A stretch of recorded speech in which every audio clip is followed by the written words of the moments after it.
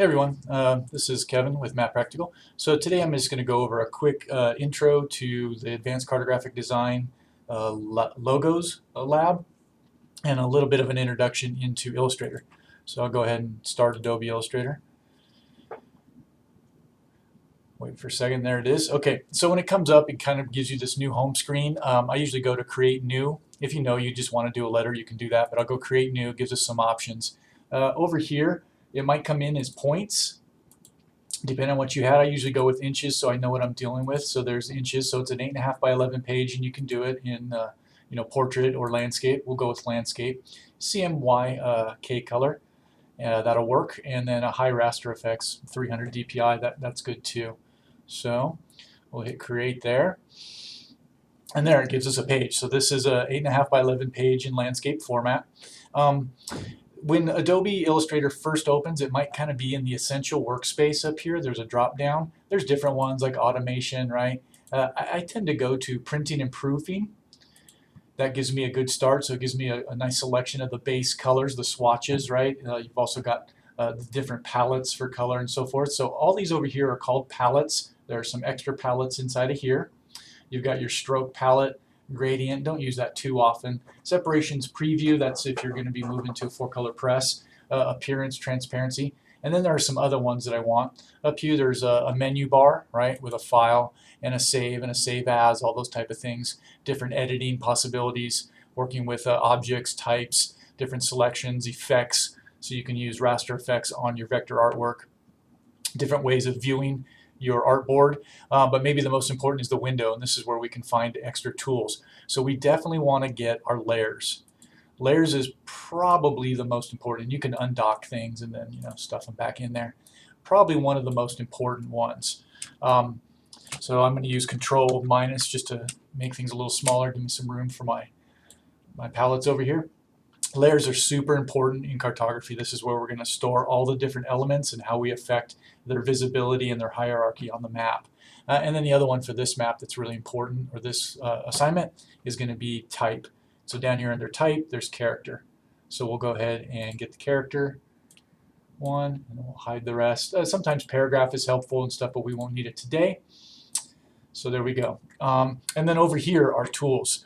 Perhaps the selection tool, the direct select, is the one below it.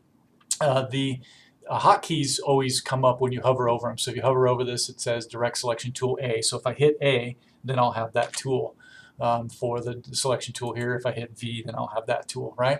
And then you've got pen tools and so on and so forth. So today we're making a cartographic logo. Underneath this guy here, the little caret, there's drop downs for different shapes that you can create. We're going to use the Ellipse tool. And modifier keys are pretty handy. If I take and draw a circle, if I were to not hold down the Shift tool, then I'd be able to make an ellipse, and stretch it. But as soon as I hit Shift, it's going to create a perfect circle. So I'll go ahead and do that. Now, this circle has a white fill, and it has a black stroke, okay? And you can change those things in the color palettes up here. So if the swatches are, if the one is on top is the white one, then that's the one you can fill, right? So, but that's an awful color. Let's go ahead. These base colors are okay, but there's some other good ones here. Under the drop downs here in these palettes, we're gonna open the swatch library, and there's a bunch of good stuff. I'm gonna open the earth tone library, and you can see there's a ton of different colors. And if you just click on on the folder next to earth tone, it adds it over here to your swatches.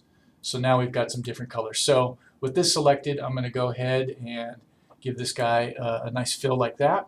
And then the stroke, I want it to be maybe this red, but it's so thin you can barely see it.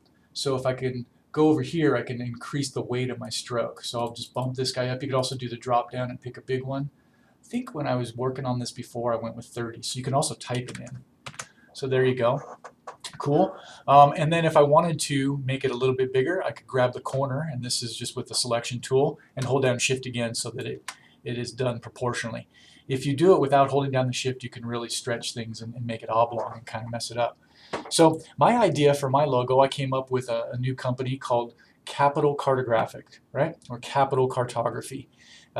It's a play on the words, but I also thought about the symbol that you see on so many maps. is a capital, right? What do we use? Usually a circle, and there's usually a star in the middle of it. So there's also a star in here. So let me see, if I grab underneath this caret and get the star tool, and we start to draw a star, there it is. So I can put more points on my star by going with the up arrow. I can put less points on my star by going with the down arrow. And then if I use the modifier key of the Alt and start to drag, it makes it a true star. And then Shift means that it's perfectly aligned. And now I'm going to hold down the space bar, and it lets me move it while I'm making it. So all these things, you know, just experiment with them, play with them, you'll get it. There we go. So it's still holding on to the fill and the stroke I had before. I'm going to take it back down to just a regular stroke, or maybe even I'm going to get rid of the stroke. So here you can go with the anti, so there's no stroke color, and then the fill color, go with something that's going to look good in here. Maybe, yeah, maybe a brown like that. Okay. So there we go. So there's my star inside of my circle. So now I want to add a little bit of type to it. So all these were created in that first layer. That first layer has our two objects in it. It's got our ellipse, our circle, and our star, right? It's a good idea to name these things so you know what you're working with. You start getting into a really big cartographic project, and you might have dozens and dozens of layers. And if you just have them all layer 1, layer 2, layer 3, it gets confusing. So here I'm just going to call this the graphic. I know I'm going to make more, so I'll call it graphic 1. And then I'm going to lock that, and now I can't mess that one up. I like it. It's locked in, and I'm going to make a new layer, and this is going to be my type. All right, there we go. And it turns out, actually, I want to make a copy of the ellipse, so I'm going to go ahead and select it. So you can select things in the layer. Not only can you select them on screen, but you can select them inside the layer palette by hitting this little radio button. And I'm going to do a Control-C to copy it. I could also go up to, is it Edit? Yeah, so I could copy it here, right? And then I'm going to lock this layer and select the type layer. And I'm going to go up to Edit, and I'm going to paste in place. So it pasted in the exact place that it was. So you can see that object is up here now. And I'm going to go ahead and reduce its appearance to no fill, and then a black outline with a 0.25 stroke. And if we shut off, you can barely see it on there, and I could even up its size. This is actually going to be the path that I put the type on. All right, so we should be able to see it better now. Yeah, so then with it selected, actually I'm going to go ahead and copy this guy too, because I want two of them. I'm going to make two of them. So, and I can do this all with keyboard shortcuts. So I can do a Control-C to copy it, and Control-B is paste in place, and see it just added another one. So I'll lock the bottom one. I'm going to continue to work with the top one. Now I'm going to go over here to type, and under its caret, I'm going to do type on a path, and then click on this path. There we go, and it put Latin placeholder text in there. And so I'm just going to type in capital. All right, and it's pretty tiny. You can't see it too well. So we go over here to the characters, and we can up its size. So right now it's 12 point. We're going to take it up to like 24 point, maybe even a little bit bigger. What about 36? Okay. Great. And it's Mirrored Pro. I don't really like Mirrored for this. I'm going to go with something that I know that's going to look good, and I'm going to just start to type in Hell for Helvetica, and then it's going to show me all of my Helvetica. So I'm going to go with probably something like it's medium condensed. There we go. That's not looking too bad. But I think all caps would look good because I don't like that descender coming down. That's going to be a problem for my design. So with it still selected, I can do the drop down here under Character, and I can go to all caps, and there we go.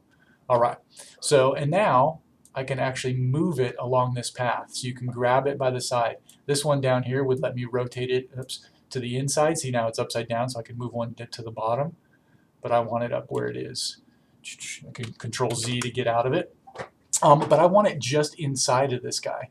So I can grab this, hold my modifier, and then hold the space bar down. Oops, is it going to let me do it? Is it spacebar or is it Alt? Yep, it's Alt. So if I hold my Shift and Alt, it lets me reduce that circle but keeps it in place and lets me get capital right where I want it. And we can still see that other line just because it's still it's still in the thing. So there we go. So there's our capital. And let's go ahead and lock capital, and we're going to open the other one, and we're going to do the same thing. So we're going to grab that type on a path. Go down here and click, and we're going to type in Cartography.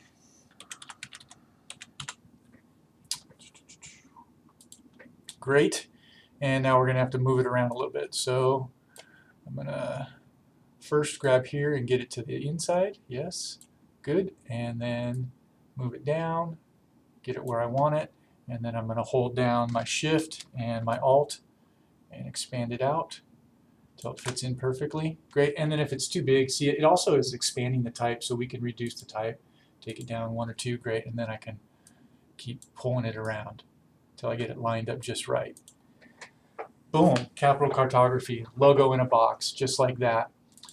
I like to lock my layers when I'm done working with them, and then I'd go up here and I'd save this thing. File, save, and then put it somewhere where you want it. I've already worked with this a couple times, but I'll just do a capital 2. It's all right to have versions, you know. A lot of people will do the V move, so you could do V2, right?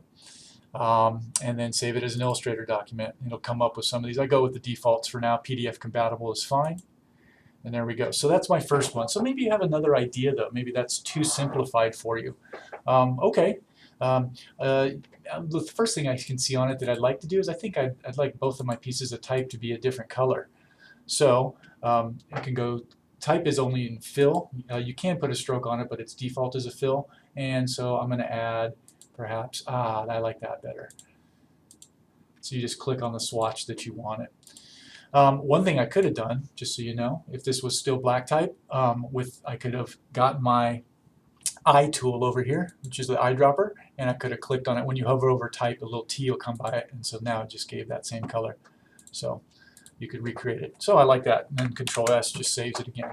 All right, I'm going to lock these again, and I'm going to go ahead and make a new one, and I'm just going to call layer 3. This is going to be my model, and I'm going to place an image. So I have another idea. Capitals are usually you know, like a Capitol building has a very, you know, common dome. So what if I go to File, Place, and I'm going to go out and grab this Capitol dome that I found online. So basically I'm going to place an image and use it as a model to trace over.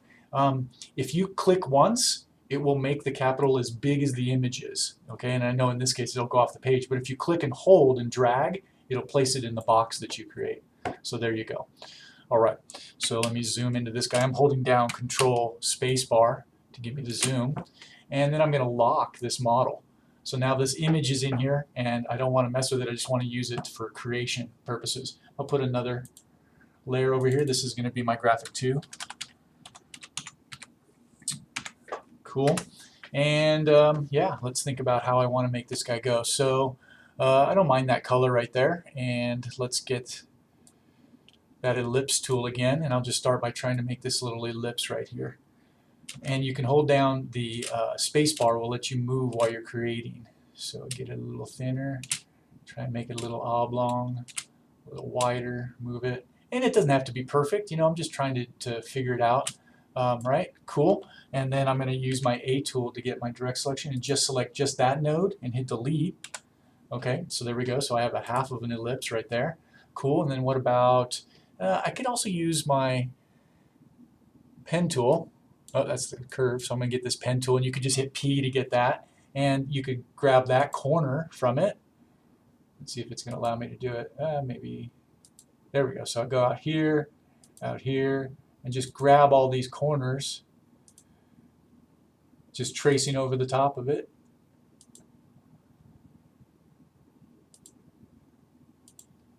Right? Cool. And now I've got two things though, right? So if I were to want to connect these guys together, then I would go and I would use my shape builder tool, and it's where is my shape builder? There it is. It's also Shift M, and if I click on it now, this is all one piece, right? So, and I'll show you that again. So let's go ahead and use the rectangle tool, and I'm going to create a rectangle down here. And I need to extend this out so it gets all the way on the black. Just grab that guy and pull it out. Great. And I'm going to go to my direct selection tool, and I want to just pull these guys in to snap to the corners. There we go. Great. Cool. Now I have two things on, so I'm going to go with V tool. So there's my select, and I hold down my Shift and select that guy. Now I'm going to do Shift M, which is my shape builder, and I drag that plus across both of them, and now they're all one big thing. I also see that I've got an extra node in here. kind of messed this up, so I'm going to get rid of the one of them. Zoom in and see what we got here. So you can mess with these guys and just fix things up. It's not letting me get rid of that one. Oh, I know why. Because I have the direct selection tool. What can I do? Try and think about this. Oh, that's right. I have to hit delete. Oh, didn't want to delete that one. I want to delete this one. There we go. Zoom back out. Okay, cool. So I'm slowly building my Capitol building, right? Let's see, I want to do some triangles at the top. If I do my star tool, I start to do it, hit my down to get rid of it. All right, so there we go. Make it a little bit skinnier. Shift will make it constrained. Can move it over. Shift, constrain it. Okay, and I'll put it down on the hair. There we go. Cool, and I'm going to actually hold down my Alt after I get my selection tool, and I'll make another one. So I'm going to go ahead and Alt and just drag one straight up from it, and then constrain it, and I think it's Alt will, oops, Shift, yeah, Shift Alt. Should put it back, put it right back on top, and I want to kind of make it skinnier too. Just line it up. All right, so I can align these things too. So let's say that I want this one, and this one all aligned. Up here, when you have objects selected, you can align things. I could do align center on all of them. There's also an align palette that would let you do all that, right? It looks like my centers were a little bit off, but I can go ahead and just move these two. So a lot of it's eyeballing, right? Great. And now I'm going to go ahead and so I got my Capitol and how I want it to look. I'm going to turn off my model. I'm going to select everything again, use that shape builder, Shift M, and just drag them all together. There we go. So now it's all one unit. If I look inside my palette, you can see it's just one object. Okay? So very cool. So now I can lock that guy, and I'm going to make another one above it for text. And that's text 2, right? And so this one's going to be, let's see, actually there's a couple things I want to do. I want to make go back to graphic real fast, and I want to put another star in here. I want a star up top. 4, hold down my, there we go, move it. All these modify keys, right? Move this guy over a little bit, and maybe down a hair. And I'll go ahead and make it a black fill. Cool. What about some more rectangles? What about if I make a few of them here? There we go. And then I'm going to hold down the Alt. Oops, that was a mistake. I need to go back to Selection Tool. And now in Selection Tool, if I start to move it and then do Alt, and then Shift would make it go in a line right across it. And start to move it, hold down Alt. Shift to put it in the same line. Start to move it, Alt, Shift puts it in the same line, start to move it, Alt. So what I'm doing is recreating, and now I've got all of them, but they're not very well distributed. In fact, I think I just moved one, but I can do a line on the bottom, and then I can do distribute center. Boom, that lined them up, and then I can move them all over at once and up a little bit. I think my star is too big, so I'm going to go ahead and make it a little bit smaller. There we go, put it in the center. And you kind of get these little auto guides that show up, and now I'm going to go ahead and do some type for this guy. Not type on a line, just a type tool here. And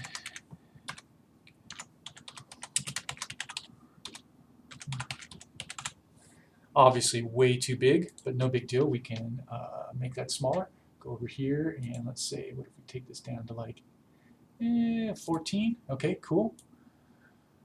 Maybe underneath, not sure. It's just a play, you know, you got to figure it out. 21, okay, cool. So that's getting close, but you can see that it doesn't make it all the way in, but it's already a little tight, so you can mess with, if I go to my character palette and hit show options, now I've got all of my different things, so I can use horizontal scale, I can use tracking, we could also, if it wasn't all caps, we could fix the kerning, but let's just mess with the tracking for now and take it up a little bit. Boom, looks like 25 is just about right. So there's a full another version of a logo right there, Capitol Cartography. So when you guys turn this in, I'm going to have you go ahead and just turn in a proof that's a JPEG. So you would go, obviously you would save, I've already saved this one, but you would go to File, Export, Export As, And then under this drop down here, you've got tons of different options. JPEG is one. Use artboards. You always want to check that, otherwise it'll clip it to the graphic. So artboard will be the entire page, and you'll know that it saved it with an artboard because it'll add a -1 to the name. This is capital 2 on the desktop. Very good. And then when you hit export, it'll tell you what model do you want. CMYK is what we're working in today. Quality, let's bump it up all the way to the maximum. And then options, we just want this thing to be 150 PPI. Okay. And then typed optimized versus art optimized. I'd probably go with art optimized. All right, moving on. So now we've saved it as that. But I asked you guys, I want you to put it onto a business card, right? So we're gonna just copy. I like my first one better, so I'm gonna go ahead and open up that guy and select all, and then hold down Shift and select those guys again. So now I have all the capital. I'm just gonna Control C to copy it. I'm gonna go to File, New, and tell it what size I want it to be. So the width is gonna be 3.5 inches. 3.5 and 2 inches high, right? Because that's a business card. And we'll keep it in this landscape orientation. Create. Ooh, what did I do wrong there? You can also fix this if you go into File, Document Setup, and then hit Artboards. You can change the size of something.